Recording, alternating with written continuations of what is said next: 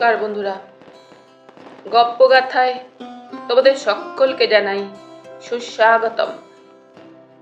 আমার এই চ্যানেলে থাকবে নানা স্বাদের গল্প এবং কবিতা।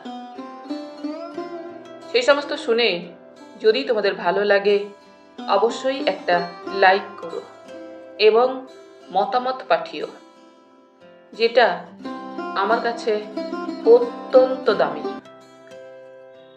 আর এই সমস্ত ভিডিওর নোটিফিকেশন পাওয়ার জন্য অবশ্যই চ্যানেলটিকে সাবস্ক্রাইব করে পাশে থাকা বেল আইকনটি প্রেস করে দিও। তাহলে চলো শুরু করা যাক আজকের গল্প। শুরু করছি বিশু মুখোপাধ্যায়ের লেখা রহস্য গল্প ৩ খুনে। ঘটনাটি কাল্পনিক নয়, সত্যি। ঘটেছিল কানাডায় 1935 সালে 7ই অক্টোবর, সোমবার সকাল 8:30টার একটু পরে জন কালাঞ্চি নামে কানাডার একজন চাষি তার মালবাওয়া ঘোড়ার গাড়ি হাঁকিয়ে গ্রামের রাস্তা দিয়ে যাচ্ছিল। রাস্তার পাশে একটা ঝোপের কাছে দিয়ে যাবার সময় হঠাৎ ঘোড়াটা থেমে গেল।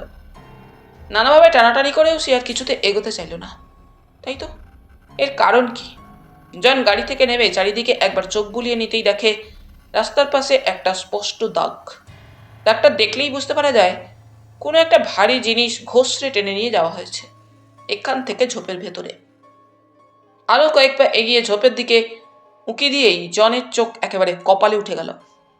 ঝোপের মধ্যে একটা লোক উপুর হয়ে পড়ে আছে। রক্তে তার পোশাক লাল হয়ে গেছে। নিথর, নিস্তব্ধ, প্রাণহীন সেই দেহ। তাড়াতাড়ি ভয়ে অন্যদিকে মুখ ফেরাতেই দেখে আরো একটা মানুষ হাত 4-5 দূরে ঠিক ওই রকম করেই পড়ে আছে। একটা নয়, একেবারে জোড়া খুন। গাড়ি ঘুরিয়ে নিয়ে জন কালাঞ্চি ফিরে এলো আরানে, এই শহরটির পশ্চিম কানাডায়। কাছাকাছি কোথাও পুলিশের সঙ্গে যোগাযোগ করতে না পারায় অগত্যা সে 12 মাইল দূরে পেলি শহরের পুলিশ ঘাঁটিতে টেলিফোন করল। খবর শুনেই আর্থার রিড এবং আরস্কিন নামক দুজন পুলিশ অফিসার তৎক্ষণাৎ আরানে এসে উপস্থিত হলেন। জন তাদের পথ দেখিয়ে ঘটনাস্থলে নিয়ে গেল। তখন কেউ ভাবতে পারেনি যে এই দুজনের মৃত্যুর পেছনে আরো 5 জনের মৃত্যু ঘনিয়ে আসছে। আর্থার ও আরস্কিন দুজনে সযত্নে মৃতদেহ দুটিকে চিৎ করে শোয়ালেন। কিন্তু একই সর্বনাশ, এরা দুজনেই যে তাদের খুব চেনা। একজন হচ্ছে ডফিনের কনস্টেবল জন জি শ, আর অপরজন বেনিটো শহরের কনস্টেবল উইলিয়াম ওয়েন রাইট। মৃতদেহ দুটির দিকে তাকিয়ে রিড দীর্ঘ নিঃশ্বাস ফেললেন।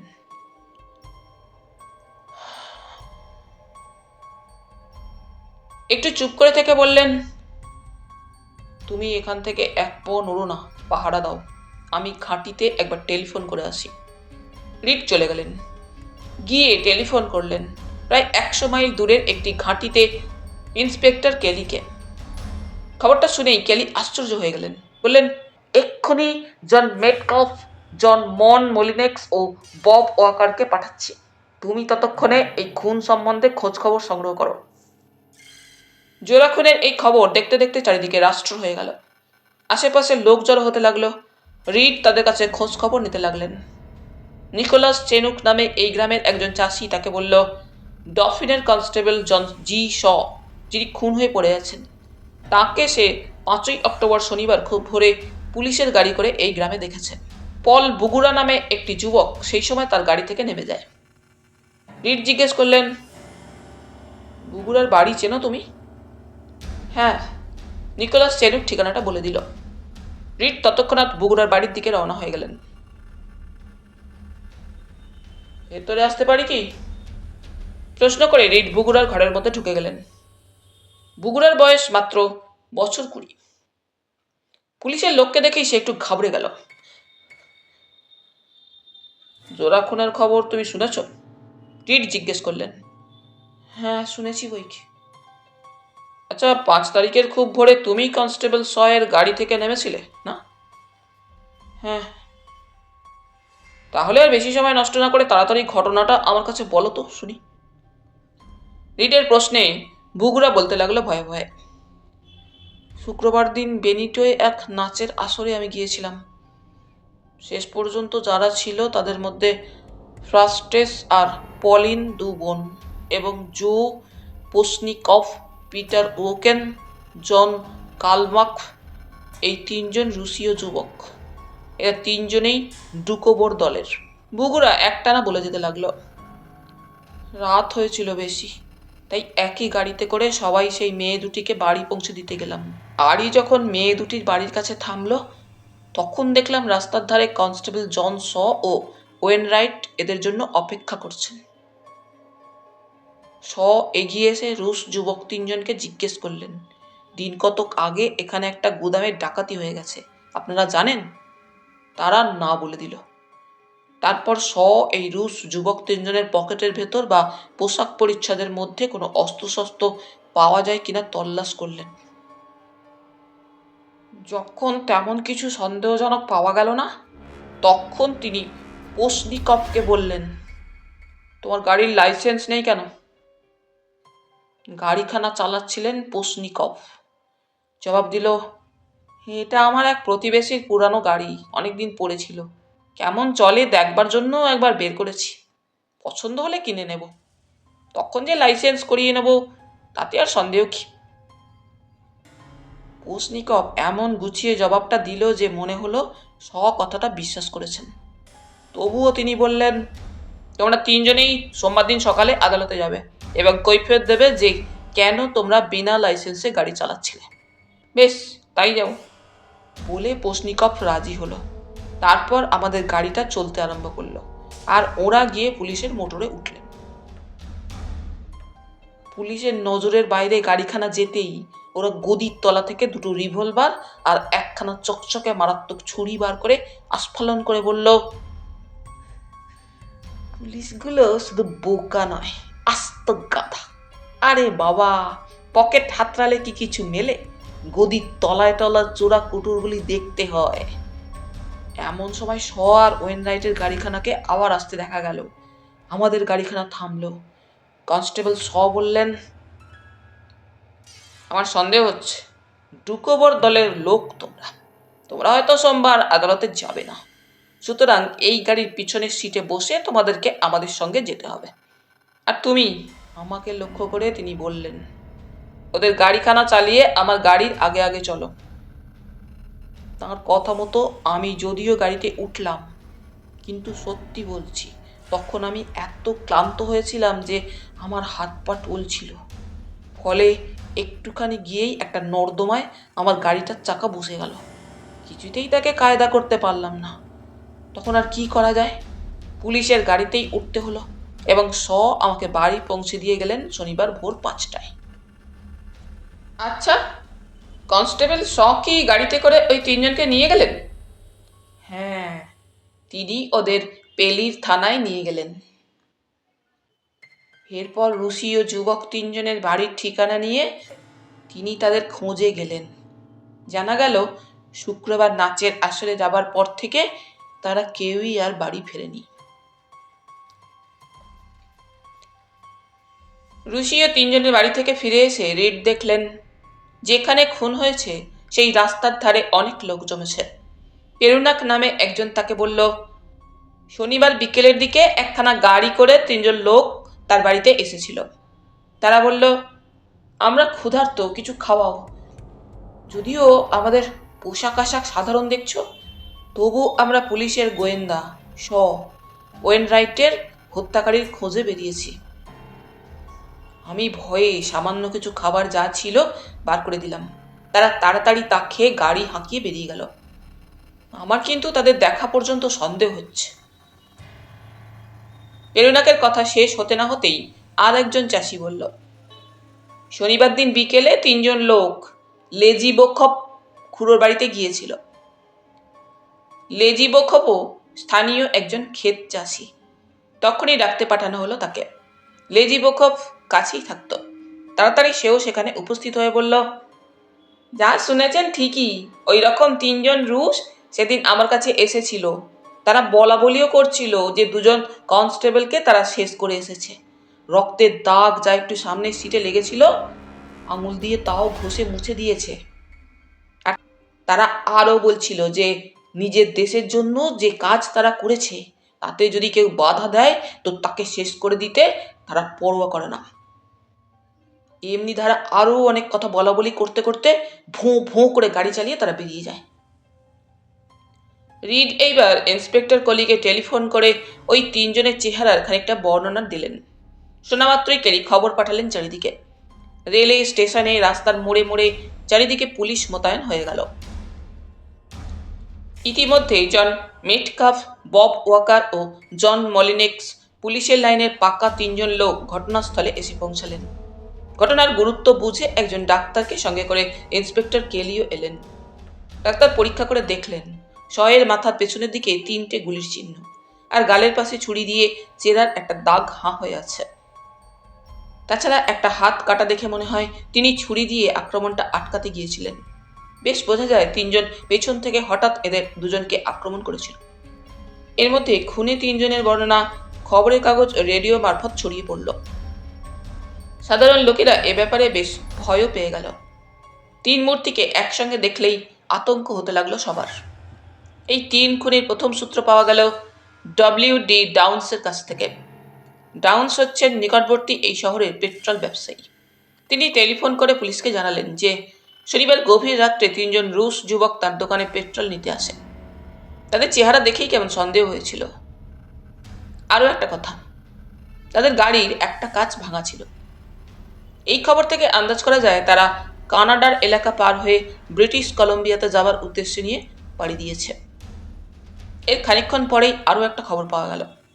জোড়া খুনের জায়গা থেকে প্রায় 700 মাইল দূরে এক্স শহরের রয় জেলার নামে এক পেট্রোলওয়ালা টেলিফোন করে জানালো যে বাইরে থেকে একটা মোটরের তীব্র হর্নের শব্দ শুনে আমি বেরিয়ে এসে দেখলাম 3 জন লোক একটা গাড়িতে বসে আছে। তারা হুকুম করলো, খুব শিগগির আমাদের তেল, জল আর পেট্রোল দাও। হুকুম তামিল করার সঙ্গে সঙ্গেই ওরা হু হু করে গাড়ি চালিয়ে বেরিয়ে গেল। ভিতরে এসে দেখি আমার স্ত্রীর মুখ ফ্যাকাশে হয়ে গেছে, ভয়ে সে কাঁপছে। জিজ্ঞেস করলাম, কি হলো, অমন করছো কেন? স্ত্রী হাঁপাতে হাঁপাতে বলল, রয়, তুমি খুব বেঁচে গেছো। এইমাত্র রেডিওতে শুনলাম 3 জন খুনে সাসকাচিওয়ানে 2 জন পুলিশকে খুন করে পালিয়ে বেড়াচ্ছে। খুব সম্ভব এরাই সেই খুনের দল, কারণ এদের গাড়ির নম্বর 29812। উফ, খুবই বেঁচে গেছো তুমি। কি ভাগ্যে খুন করে সব কেড়ে কুড়ে নেয়নি। রয় তখনই খবরটা 15 মাইল দূরের পুলিশ ঘাঁটিতে জানালো, আর তারা জানালো কানাডার শেষ ঘাঁটিতে, যে ঘাঁটি পার হলে তবে ব্রিটিশ কলম্বিয়া পৌঁছানো যায়। এই খবর পেয়েই সার্জেন্ট ওয়ালেস, কনস্টেবল হ্যারিসন, কুম্ব ও ক্যাম্পবেল বেরিয়ে পড়লেন খুনিদের ধরবার জন্য। কানাডার শেষ ঘাঁটিতে পৌঁছে তারা গেট কিপারের কাছে শুনলেন যে ম্যানিটোবা একখানি পুলিশের গাড়ি চড়ে 3 জন কম বয়সী যুবক এসে গেট খুলতে বলেছিল, কিন্তু তাদের কাছে $2 টোল ট্যাক্স ছিল না বলে সে তাদের ছাড়েনি। গেট খোলা হবে না শুনে তারা গুলি করবে বলে ভয় দেখিয়েছিল। গেট কিপার চালাকি করে আড়ালে পালিয়ে কোনো রকমে বেঁচে গেছে। অগত্যা সেই 3 জন যে রাস্তা ধরে এসেছিল সেই রাস্তা ধরেই ফিরে যায়। কথাটা শোনামাত্র সার্জেন্ট ওয়ালেস আর দেরি না করে হাওয়া গাড়িখানাকে হাওয়ার বেগেই ছুটিয়ে দিলেন। কিছু দূর যেতেই দেখলেন একখানি মোটর এই দিকে আসছে। ওরা তাড়াতাড়ি রাস্তায় নিজেদের গাড়িখানাকে আড়াআড়িভাবে রেখে সবাই বন্দুক উঁচিয়ে দাঁড়ালেন, আর খুব তেজি টর্চ লাইটের আলো ফেলে ওদের থামবার জন্য নির্দেশ দিতে লাগলেন। সামনের গাড়িখানা এগিয়ে এসে দাঁড়ালো। তার আরোহী মুখ বাড়িয়ে ভীতি জড়ানো গলায় বললেন,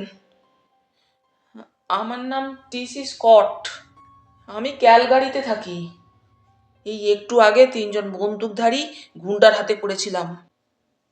তারা আমার সব টাকা কড়ি কেড়ে নিয়েছে। এক কাজ করুন, ওয়ালেস বললেন, আপনি খানিক এগিয়ে অপেক্ষা করুন, দেখি আপনার টাকা আমরা উদ্ধার করতে পারি কিনা। ওরা আবার খুব জোরে গাড়ি চালিয়ে দিলেন। কয়েক মাইল এগিয়ে যাবার পর একটা খুব তেজি মোটরের আলো এসে পড়ল তাদের গাড়ির গায়ে। আলোটা ক্রমশ এগিয়ে আসছে, খুব জোরে, আরো জোরে। সার্জেন্ট ওয়ালেস বললেন, রাস্তা আটকে দাঁড়াও, এরাই বোধহয় আমাদের শিকার। তাই করা হলো। সামনের গাড়িখানা চোখ ঝলসানো আলো ফেলে হু হু করে এগিয়ে এসে কয়েক গজ দূরে ক্যাচ করে ব্রেক কষে দাঁড়িয়ে গেল। ওয়ালেস ও হ্যারিসন গাড়ি থেকে নেমে রিভলভার নিয়ে কয়েক পা এগোবার সঙ্গে সঙ্গেই উপরি প্রচণ্ড গুলিবর্ষণ শুরু হলো তাদের উপর।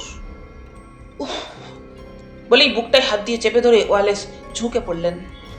তারপর একটু সামলে নিয়ে রিভলভার তুললেন গুলি করবার জন্য, কিন্তু হাত আর চলল না, তিনি টলে পড়ে গেলেন।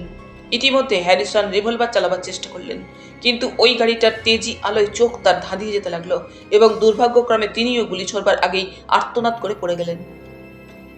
ওদের গাড়িটা এই সুযোগে কখন স্টার্ট দিয়েছে, ধীরে ধীরে এগিয়ে আসছে। আহত হ্যারিসনকে এবার বোধহয় ওরা গাড়ির চাকার তলায় পিষে দেবে। গাড়ি থেকে অনেক আগেই কুম্প ও ক্যাম্পবেল নেমে পড়েছেন। হেডলাইটের তেজি আলোয় তাদের বারবার লক্ষ্যভ্রষ্ট হচ্ছে। ওরা কিন্তু ওই আলোয় এদের সবাইকে বেশ স্পষ্টই দেখতে পাচ্ছে। যাই হোক, এদের গুলি গোলা আততায়ীদের জখম করতে না পারলেও ইঞ্জিনটার ওপর বিধে সেটাকে শিগগিরই বিকল করে দিল। গাড়িটা খারাপ হয়ে যেতে ওরা দেখলো পালাবার উপায় বন্ধ হয়ে গেছে। কাজেই আত্মগোপন করবার জন্য তিনজন ছুটে বেরিয়ে এসে বনের মধ্যে একটা ঝোপের ভেতর ঢুকে গেল। এতক্ষণে কুম্ব ও ক্যাম্পবেল আহতদের দেখবার সময় পেলেন। ওয়ালেস ও হ্যারিসন দুজনেই অচৈতন্য। ঠিক এই সময় আর একখানা গাড়ি এসে ক্যানমোর থেকে কনস্টেবল বোনার ও হক এসে পৌঁছলেন। এরা পথ আটকেছিলেন। এদের গাড়ি করে আহত দুজনকে তক্ষুনি ক্যানমোর পাঠানো হলো। তারপর চারজনে যুক্তি করে কর্তব্য স্থির করলেন। যেদিকে খুনি তিনটে আত্মগোপন করে আছে ওরা সেই দিকে এগিয়ে গেলেন। চারজন সেই ঘন ঝোপ সরিয়ে খুঁজতে লাগলেন দুর্বৃত্তদের। কি সাংঘাতিক কাজ, মৃত্যুর সঙ্গে মুখোমুখি লড়া। হঠাৎ দূরে একটা খসখস শব্দ শুনে কুম তার তেজি টর্চ লাইটটা তুলে ধরে বোতাম টিপলেন। দেখা গেল 40 গজ দূরে একটা টুপিহীন মাথা গাছের পেছনে লুকোবার চেষ্টা করছে। টর্চের আলোর সঙ্গে সঙ্গেই তার কানের পাশ দিয়ে বো বো করে গুলি বেরিয়ে গেল। কুম বিদ্যুতের মতো ক্ষিপ্ততায় বন্দুক তুলে ধরলেন, কিন্তু তিনি ঘোড়া টেপার আগেই একটা আর্তনাদ করে সেই টুপিহীন মাথাটা ছিটকে পড়ে গেল। গুলিটা তার পেছন থেকে অন্য একজন করেছে। সবাই গুঁড়ি মেরে এগিয়ে এলো। দেখা গেল লোকটা জো পোশনিকভ। তাদের চোখের সামনেই হতভাগ্যের দেহটা একটু নড়ে উঠেই চিরকালের মতো নিশ্চল হয়ে গেল। এমন সময় ইন্সপেক্টর বার্ক তার দলবল নিয়ে এসে হাজির হলেন। তখনই 2 মাইল জোড়া বনটি গোটাটা ঘিরে ফেললেন। কড়া পাহারা। খুনিরা যে এই বনের মধ্যেই লুকিয়ে আছে সে বিষয়ে সন্দেহ নেই। এর মধ্যে টেল নামে একটি কুকুরকে সঙ্গে নিয়ে ক্যালগারি JL কেসি এসে উপস্থিত হয়েছেন। কাছাকাছি একটা হোটেল থেকে থমসন ও হোয়াইট নামে 2 ভদ্রলোক গাড়ি করে খাবার আর কফি নিয়ে ওদের সাহায্য করবার জন্য এসে উপস্থিত হলেন। তখন রাত প্রায় শেষ হয়ে এসেছে। গাড়ি এসে বনের পাশের রাস্তা দাঁড়াতেই তাদের নজরে পড়ল অন্ধকারে আবছা আবছা দুটি মূর্তি ডান পাশের বন থেকে বেরিয়ে গুঁড়ি মেরে বাঁ পাশের বনের ভেতর ঢুকছে। গুলির শব্দ হলো। ওই দিকে! ইন্সপেক্টর বার্ক ছুটে গেলেন। পেছনে এলেন নিশ। বার্ক আসতেই থমসন জায়গাটা দেখিয়ে বললেন, ওইখানে দুজনকে ঢুকতে দেখেছি। আমি ভেবেছিলাম আপনাদেরই কেউ হবেন, তাই খাবার খেতে ডেকেছিলাম। নিশ এগিয়ে চললেন সেই দিকে। ততক্ষণে আকাশে আলো ফুটে উঠেছে। সবাই নিশের সঙ্গে সঙ্গে এগিয়ে যেতে লাগলেন। হঠাৎ নিশের পাশের একজন লোক ইশারা করতে নিশ দেখলেন একটা কাঠের মস্ত বড় গুড়ি। মাঝরাতে হঠাৎ বৃষ্টি আর তুষারপাত হয়েছিল বলে গুড়িটা সেই তুষারে পায়ে ঢাকা পড়ে গেছে। 1 পা 2 পা। নিশের নজর পড়ল সেই তুষারের ঢিবিতে কে যেন পা দিয়ে দাগ করেছে। আরো এগিয়ে মনে হলো সেই তুষার ঢিবির ওপরে বন্দুকের বেয়োনেট যেন উঁকি মারছে। কাঁধের উপর বন্দুক তুলে নিয়ে গুলি করার ভঙ্গিতে উঁচিয়ে তিনি চেঁচিয়ে উঠলেন, ভালো চাও তো আত্মসমর্পণ করো। জবাব এলো গুলির শব্দে। বার্ক বললেন, সকলে ওই কাঠের গুলির ওপর গুলি চালাও। বিপক্ষে মাত্র 2টো লোক, তবু তারা কি গুলি না চালালো। উভয় পক্ষে বেশ কিছুক্ষণ গুলি বৃষ্টির পর ক্রমে কাঠের গুড়ির ওদিকটা নিস্তব্ধ হয়ে আসতে লাগলো। সুযোগ বুঝে বার্ক লাফ দিয়ে তুষারাবৃত কাঠের গুড়িটার ওপর উঠে দাঁড়ালেন। সঙ্গের লোকজনদের ডাকলেন, এসো তোমরাও। উঠেই নজরে পড়ল দুটি মূর্তি মাটিতে লুটিয়ে পড়ে আছে। তাদের দেহের সমস্ত ক্ষতস্থান দিয়ে রক্ত বেরিয়ে তুষার লাল হয়ে গেছে। ওকেনের হাতে তখনও কনস্টেবল সয় রিভলভারটা ধরা ছিল। বার্ক পরীক্ষা করে দেখলেন তারা তখনও বেঁচে আছে। তাড়াতাড়ি তাদের হাসপাতালে নিয়ে যাওয়া হলো, কিন্তু তারা কোনো চিকিৎসাই করাতে রাজি নয়। কেননা তারা জানে বেঁচে উঠলেই তাদের ফাঁসি হবে। একটা সামান্য গুদাম ডাকাতিতে এইভাবে সর্বসমেত 7টা প্রাণ নষ্ট হলো। তাহলে বন্ধুরা, আজ এখানেই শেষ করলাম। আবার ফিরবো পরের পর্বে। তোমরা সকলে খুব খুব ভালো থেকো। ধন্যবাদ।